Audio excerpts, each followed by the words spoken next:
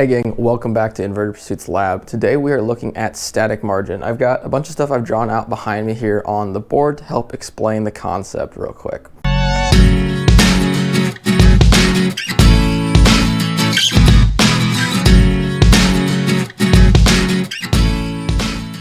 So static margin, simply, we've got the equation. It's the distance from the tip of the nose cone to our center of pressure minus the distance from the tip of the nose cone to our center of gravity.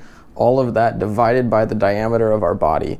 That gives us the distance between the center of gravity and center of pressure in terms of body diameters. So the number of diameters of your rocket body that sit between these 2 points.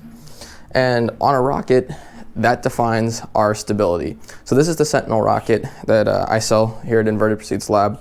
But on it, I've got a center of pressure and a center of gravity that are pretty far apart. It ends up making it on most flights about 3, which is like a really high number for these. That results in it often doing what I call wind cocking.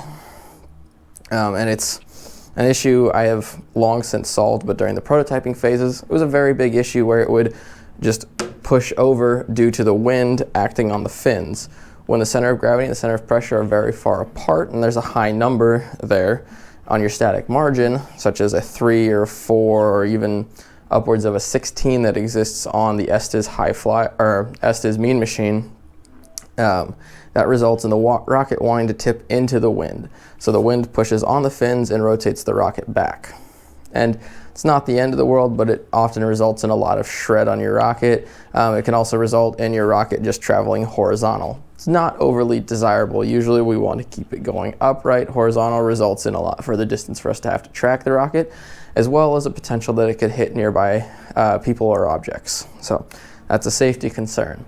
But on the other hand, if your static margin is too small, say around 1 or less, so you've got the 2 numbers very close down to each other, that static margin has the potential to actually flip.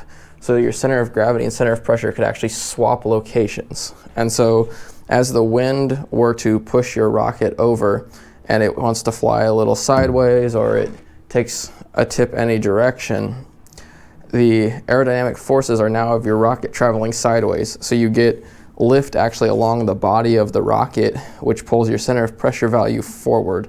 And if you're traveling far enough sideways, it will actually pull your center of pressure ahead of your center of gravity, at which point your rocket will just flip end over end through the air, which isn't desirable. It often destroys your rocket when that happens, but it's a lot safer to have that happen than it is to have it go flying off into the distance towards a nearby town, home, or whatever may be in the area. So static margin is something that's very important to keep in mind.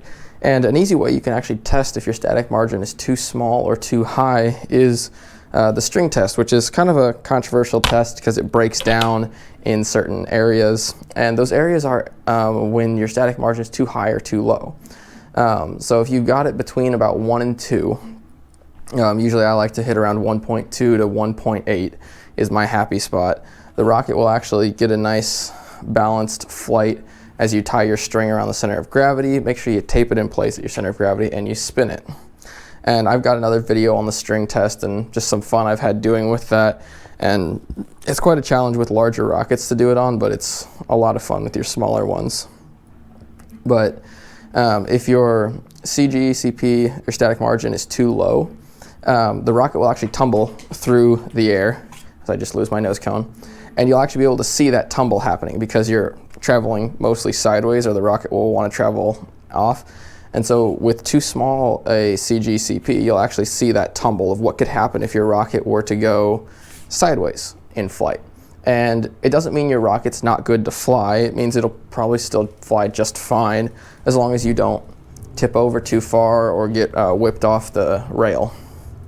And then at the same time, it can now check when you've got too high a static margin and you're pulling the rocket, it will actually be like hyper smooth, which is kind of weird because now you've got a situation where the rocket's technically safe, but it's also not safe because you've got the chance to actually fly sideways perfectly stable. And you'll see it because the flight will be just perfectly smooth. Usually in the flight there should be a little bit of wobble. that says it's fighting stability going sideways, because sideways it's not its natural direction to fly. But you'll see like this hyper smooth flight that's just perfect, like an arrow traveling sideways. And so that's just kind of some ways you can identify when things may not be going quite the way you're hoping they go on your rocket. But static margin, it's calculated for you in almost every rocket program. That's a standard part of the Barrowman equation to calculate it. It's just a quick thing you can figure out, and good way to check if your rocket's going to be safe for flight. Most launches will actually require you to tell them what it is and give them some rough estimates on where things sit. Some rocket launches will actually go so far as wanting you to have your CG and CP marked on your rocket, as well as your static margin and just some tape on the side when you go to check in.